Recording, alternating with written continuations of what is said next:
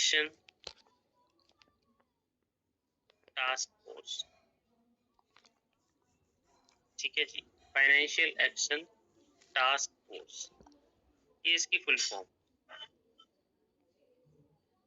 FATF की full form financial action task force.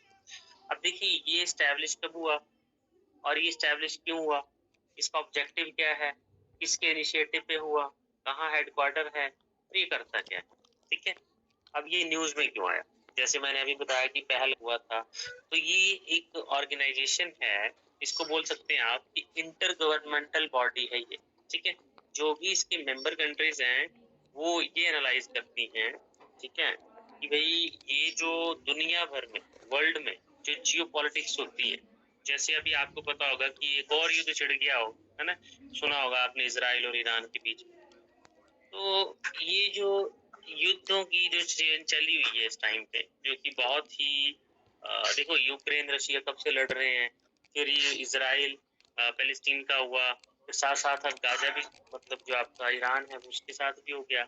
और वहाँ इंडिया पाकिस्तान के साथ बीच में हाथापाई हो गई थी। तो ये सब चीजें चली हुई हैं, अब चाहे पूरी वर्ल्ड की बात करें तो कुछ ना कुछ ठीक नहीं चल रहा है, ठीक है। और ये जो FATF है का मेन ऑब्जेक्टिव क्या होता है, तो 1989 में ये स्टैब्लिश किया गया था, और इसका मेन मकसद ये था जब बना था कि मनी लॉन्ड्रिंग होती है, ठीक है। अब ये टर्म आपने सुनी है कि नहीं सुनी है, सुनिए, तो जो हमारी कोई भी मतलब इलीगल मनी, ब्लैक मनी जिसको बोलते हैं, ठीक है, ब्लैक मनी को भी बोल सकते हैं मनी लॉन्ड्रिंग, मतलब हम किसी चीज को, मतलब जो पैसा है उसको हम सफेद बना रहे हैं। आपने शिवाजी देखी होगी रजनीकांत की, वो ही सारा वो है, ठीक है, कि ब्लैक मनी को व्हाइट बनाना, ठीक है, और वो जो है वो इलीगल नहीं होगी मार्केट में, और फिर जो है वो उसको यूज कर सकते हैं, और वो कहाँ से आई वो भी नहीं पता लगेगा, ठीक है। सो मनी लॉन्डर जो है वो शिकंजा कसने के लिए बना था ये, बट बाद में 10-12 सालों बाद इसको जो है वो एक और मैंडेट दे दिया गया 2000 के आसपास, टेरर फाइनेंसिंग का, ठीक है। अब देखिए टेरर फाइनेंसिंग का मतलब, ये टेरर फंडिंग का मतलब क्या है, कि जो टेररिज्म को सपोर्ट करते हैं, जो देश टेररिज्म को फंडिंग करते हैं, जैसे पाकिस्तान के ऊपर एलिगेशन लगते आ रहे हैं कई समय से, और अभी भी लगते हैं, जैसे अभी जो FATF ने बोला, तो ये बोला कि बिना फाइनेंसिंग के, बिना फंडिंग के ये टेरर अटैक पॉसिबल ही नहीं है, ठीक है। पहले उन्होंने पाकिस्तान की एक वो था टेररिस्ट ग्रुप, उसने जो है वो जिम्मेवारी ली, बाद में वो मुकर गए। तो ये जो टेरर फंडिंग का कंसेप्ट है ये भी फाइनेंशियल एक्शन टास्क फोर्स ही देखती है, ठीक है। तो इसके दो काम है, ऑब्जेक्टिव क्या है इसके, एक तो मनी लॉन्ड्रिंग, ठीक है, और उस मनी लॉन्ड्रिंग को मतलब करके, मतलब ब्लैक मनी को व्हाइट में कन्वर्ट करके, फिर वो जो है वो टेरर को फंडिंग की जाती है, टेरर को सपोर्ट किया जाता है, टेररिज्म फैलाया जाता है,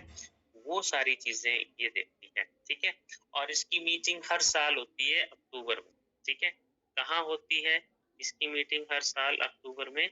पेरिस में, क्योंकि इसका हेडक्वार्टर जो है वो है पेरिस में, ठीक है। अभी देखिए पुलिस के पेपर में आया था, यूनेस्को का हेडक्वार्टर वो भी पेरिस में है, और इसका हेडक्वार्टर भी पेरिस में है, ठीक है। जो फाइनेंशियल एक्शन टास्क फोर्स का हेडक्वार्टर पेरिस में है, फ्रांस की कैपिटल में, और वहां पे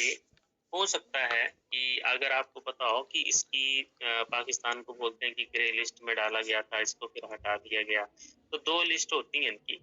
ग्रे लिस्ट और ब्लैक लिस्ट। अगर आपने सुना हो तो, नहीं सुना है तो मैं बताता हूँ कि ग्रे लिस्ट में पहले पाकिस्तान था, अक्टूबर 2022 में उसको हटा दिया गया, ठीक है। और आज भी न्यूज आई है इसके ऊपर कि पाकिस्तान जो है वो एंटी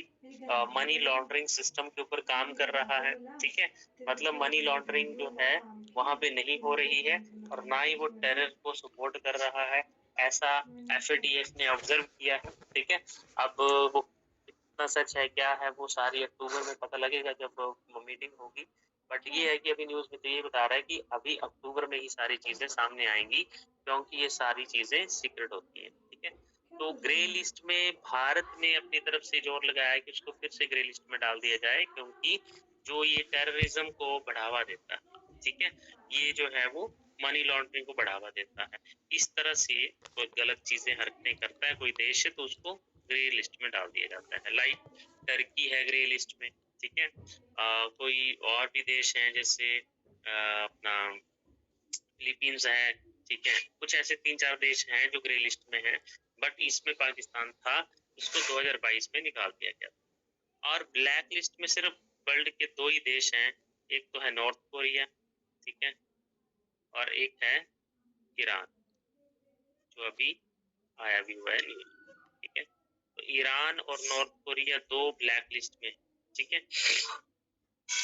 अब देखिए ईरान को तो इसलिए किया गया था कि जब न्यूक्लियर वेपन जो है वो मना किया गया था बनाने के लिए, मगर इसने फिर भी बनाए, तो ईरान जो है वो कहीं न कहीं इस डील में होकर भी इसने जो है वो न्यूक्लियर वेपन्स बनाए, जिसको ब्लैक लिस्ट कर दिया गया। और नॉर्थ कोरिया चलो हाई डिक्टेटरशिप, तो उसको भी किया गया। अब देखिए होता क्या है, मतलब ये है कि कोई भी देश उसको लोन नहीं देगा, वर्ल्ड बैंक IMF उसको लोन नहीं देगा, ठीक है। लोन देंगे भी तो बहुत ही मुश्किल से मिलता है, बहुत ही रिस्ट्रिक्शन से मिलता है, ठीक है, बाई चांस। तो ग्रे लिस्ट में भी ऐसा ही चांस है कि अगर कोई देश ग्रे लिस्ट में आ जाता है तो उसको बहुत नुकसान, उसकी इकोनॉमी बहुत पीछे चली जाती है, वहाँ पे कोई एक्सपोर्ट इम्पोर्ट नहीं करना चाहेगा, वहाँ पे उस देश के साथ कोई जैसे होता है ना कि गाँव में, है ना, कि इसको अकेला रख दो, इसके साथ कोई बातचीत नहीं करेगा, उसी तरह से हो जाता है ग्रे लिस्ट में डालने के बाद, ठीक है, ब्लैक लिस्ट करने के बाद। तो ग्रे लिस्ट का मतलब ये है कि उसके जो है वो उसको सुधारने का मौका दिया जाता है, उसको कुछ टारगेट दिया जाता है, ठीक है, बट वो नहीं कर पाए पूरा, तो फिर वो ब्लैक लिस्ट में डाल दिया जाता है। तो अभी जो है वो Pakistan at present grey list में भी नहीं है, ठीक है। तो आपने ध्यान रखना है कि कभी आए क्वेश्चन तो ये जो फाइनेंशियल एक्शन टास्क फोर्स का क्या काम है, और इसकी स्थापना हुई थी 1989 में, और वो G7 समिट में ही हुई थी। ये भी क्वेश्चन आ सकता है क्योंकि आजकल न्यूज में चला हुआ है ये G7। तो G7 समिट जो हुआ था वो पेरिस में ही हुआ था उस टाइम पे, और इसके ऊपर जो है वो बात हुई थी 89 में, ठीक है, कि पेरिस में ही इसका हेडक्वार्टर बनाया जाएगा और इस तरह की एक टास्क फोर्स का गठन किया जाएगा, जिसकी मीटिंग अक्टूबर में हर साल होगी, ताकि जितने भी जियोपॉलिटिक्स लेवल पे, जो भी वर्ल्ड के लेवल पे ग्लोबल जो टेंशन चली रहती हैं, उनको कहीं न कहीं जो टेररिज्म के ऊपर, मनी लॉन्ड्रिंग के ऊपर जो चीजें रहती हैं, उनके ऊपर शिकंजा कसा जाए, ताकि उनको थोड़ा सा ये ग्रे लिस्ट का और ब्लैक लिस्ट का डर रहे, ठीक है।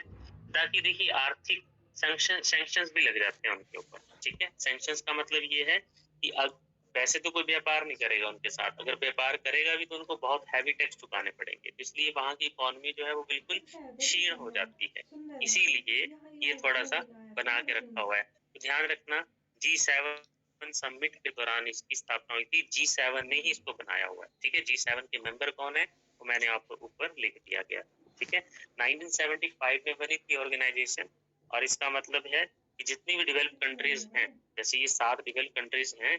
इनकी सहभागिता, ठीक है, पॉलिटिकली, इकोनॉमिकली एंड मिलिट्री, मतलब स्ट्रेटेजिकली जो है वो अपने आप को स्ट्रॉन्ग करना है, ठीक है, और दूसरे देशों को भी उन चीजों से, उन खतरों से बचाना है। ये चीजें जो हैं G7 की बात हमें पता होनी चाहिए। अगला कहाँ होगा